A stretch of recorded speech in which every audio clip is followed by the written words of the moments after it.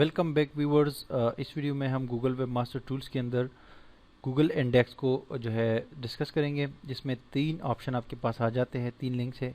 एक है index status, एक है कंटेंट कीवर्ड्स और एक है रिमूव यूआरएल्स। तो सबसे पहले हम डिस्कस करते हैं इंडेक्स स्टेटस को। इस पर जब आप क्लिक करते हैं तो आपके पास इस तरह का एक चार्ट आ जाता है और ये दो आपके पास बटन्स आ जाते हैं। इसमें बेसिक पे बाय डिफ़ॉल्ट क्लिक हुआ है। ये बेसिकली आपको शो करता है कि आपकी वेबसाइट जो है किस तरह इंडेक्स हो रही है, ठीक है।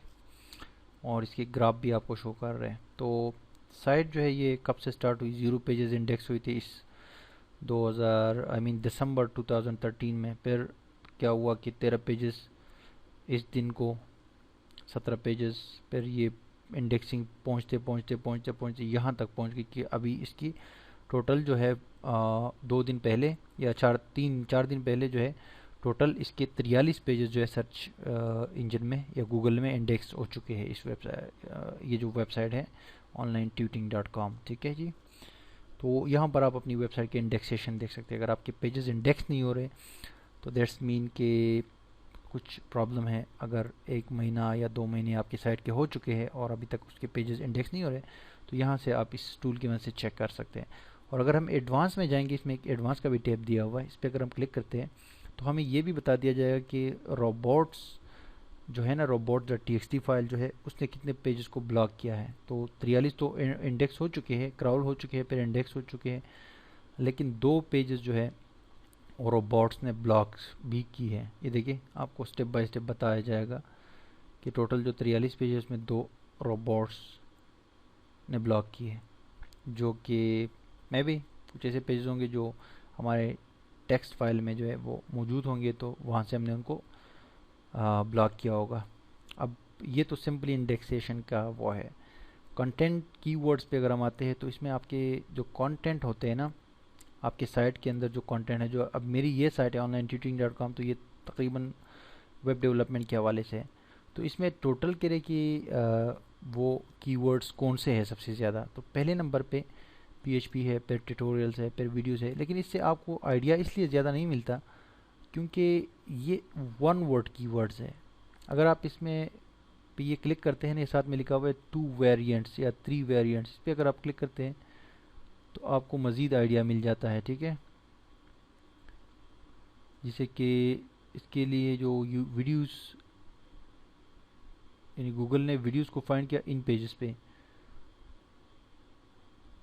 और ये देखिए, ये जो वेरिएंट्स है ना, वीडियोस, इस पे आप देखते हैं ट्यूटोरियल वगैरह वगैरह। लेकिन फिर भी आपको यहाँ से इतना आइडिया नहीं मिलता। अगर आप शो मोर पे क्लिक करते हैं तो आपको मज़ीद जो है यहाँ पर जो 1 वर्ड का जो कीवर्ड है ना, जितना भी गूगल एक्चुअली समझ चुका है और गूगल ने जो पिक किया है आपकी साइट से, वो सारे आपको यहाँ पर नज़र आएंगे नंबर वाइज और टॉप से बॉटम तक। तो इसमें कोई इतना ख़ास कोई चीज़ नहीं है आपके लिए। आप जैसे इसको देख सकते हैं आपकी साइट के कौन से कीवर्ड जो है वो ज़्यादा पॉपुलर है। उसके बाद जो सबसे इम्पोर्टेंट ऑप्शन है इस सेक्शन के अंदर इंडेक्स स्टेटस के बाद, वो है रिमूव यूआरएल्स। इस पर मैं क्लिक करता हूँ।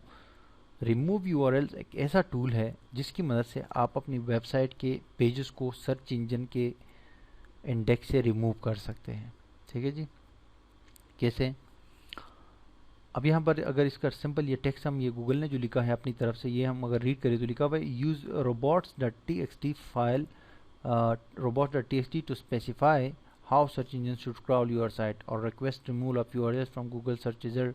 Have you read or remove requirements? Only site owners and users will full permissions can request removals.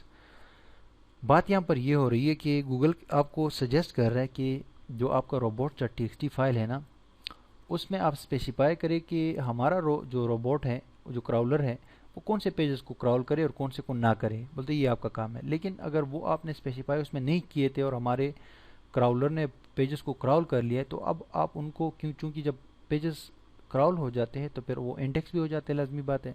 तो गूगल कह रहा है कि अगर वो क्राउल होकर इंडेक्स हो चुके हैं तो उनको आप रिमूव भी कर सकते हैं। तो यहाँ से आप उसको रिमूव कर सकते हैं। लेकिन इस काम के लिए मैं ये टूल यूज़ नहीं करता। क्यों?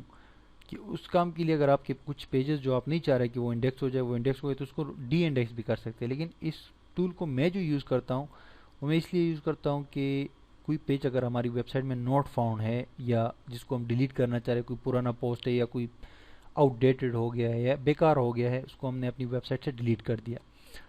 मिसाल के तौर पे मैं आपको अपनी वेबसाइट विज़िट करवाता हूँ वंस अगेन। मैं जो हूँ यहाँ पर एक मैंने दिया हुआ है मिसाल के तौर पे एक पोस्ट है, डाउनलोड प्रीमियम थीम्स। अब ये डाउनलोड प्रीमियम थीम्स, वर्डप्रेस की थीम्स और ब्लॉगर के टेम्पलेट्स, इसका मैंने ख़ास टाइम रखा था कि भाई ये 30 दिन तक मैं ये फ्री टेम्पलेट्स दूंगा। उसके बाद ये पेज मेरे ख्याल से मतलब एक हिसाब से ये पेज बेकार हो गया। अब मैंने क्या किया, इस पेज को मैंने चूंकि आउटडेटेड है, मेरी साइट पे बोझ है, तो मैं फजूल जो कंटेंट है या जो आउटडेटेड हो गए उनको लाजमी बात है रिमूव करूंगा अपनी साइट से, तो मेरी साइट की रैंकिंग जो है और अच्छी होती जाएगी। तो रिमूव करने से पहले इसका ये जो एड्रेस ऊपर बन रहा है ना, ये बड़ा ही इंपॉर्टेंट है। ये पूरा एड्रेस आपने कॉपी करना है, फिर इस पेज को रिमूव करना है, ठीक है। इस यूआरएल को आपने किसी फाइल में सेव करना है, किसी टेक्स्ट फाइल में या कोई नोटपैड वगैरह में, जैसे कि मैंने यहाँ से कॉपी किया और कॉपी करने के बाद जो है मैंने एक टेक्स्ट उसमें इसको पेस्ट कर दिया, ठीक है। तो ये मेरे पास यहाँ पर आ गया है। फिर मैं इसको रिमूव करूँगा। रिमूव करने के बाद फिर इसका यूआरएल चूँकि मेरे पास टेक्स्ट फाइल में पड़ा रहेगा। इसी तरह और भी अगर पेजेस है वो सबको मैं डिलीट करूँगा, यूआरएल्स अपने पास रखूँगा। फिर मैं आऊँगा यहाँ पर और इस टूल को यूज़ करके इन पेजेस को जो मैं अपनी वेबसाइट से रिमूव करूँगा, इनको मैंने यहाँ से भी रिमूव करना है। अगर यहाँ से मैं रिमूव नहीं करूँगा गूगल के इंडेक्स से, तो गूगल वेब मास्टर टूल्स के अंदर ऑटोमेटिकली नोट फाउंड के एरर्स जो है वो जमा होते जाएंगे और ज़्यादा होते जाएंगे, क्योंकि डेली अगर कोई भी यूज़र वहाँ पर विजिट करेगा और पेज नहीं होगा तो गूगल उसको नोट फाउंड में काउंट करेगा, और ये अच्छी चीज़ नहीं है। वैसे अगर बहुत ज़्यादा नोट फाउंड हो जाए तो फिर थोड़ा सा इफेक्ट करता है साइट को। तो यहाँ पर आप सिंपली क्लिक करेंगे, यूआरएल एंटर करेंगे, ठीक है। मिसाल के तौर पे अब ये यूआरएल है, ऐसे एग्जांपल दे रहा हूँ आपको, जो आपने डिलीट किया कर दिया होगा अपनी वेबसाइट से, तो उसको गूगल वेब मास्टर टूल से लाजमी तौर पे डिलीट करना आप लाजमी।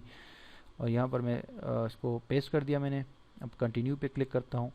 कंटिन्यू पे क्लिक करने के बाद अब ये कह रहे कि रीज़न क्या है। अच्छा, ये यूआरएल है, कह रहे रीज़न क्या है। तो मैंने कहा भाई remove page from search results in cache, या सिर्फ और सिर्फ कैशे से और या सिर्फ डायरेक्टरी से। तो आपने दोनों को सेलेक्ट करना है कि सब जगह से इसको ख़त्म कर दो, डिलीट कर दो। तो ये टूल आप यूज़ कर सकते। नेक्स्ट आप सबमिट करेंगे तो ये ऑटोमेटिकली रिक्वेस्ट हो जाएगा और 3-4 दिन में गूगल इसको रिमूव कर देगा। मैं कैंसिल करता हूँ क्योंकि अभी तो मैंने नहीं करना, क्योंकि तो लाइव आर्टिकल था। जब मैं इसको अगर कभी रिमूव करूँगा तो फिर ये मैं यूज़ करूँगा टूल। तो ये गूगल इंडेक्स के हवाले से सिंपल सी चीज़ें ये थी कि गूगल के अंदर जो आपके पेजेस कैसे इंडेक्स हो रहे हैं, उसका स्टेटस क्या है, और उन इंडेक्स शुदा पेजेस को आप कैसे रिमूव कर सकते हैं। तो ये इस सेक्शन में था। अब जो है नेक्स्ट हम आएंगे ये क्राउल की तरफ। ये भी बड़ा इंपॉर्टेंट सेक्शन है गूगल वेब मास्टर टूल्स के अंदर, इसको डिस्कस करेंगे।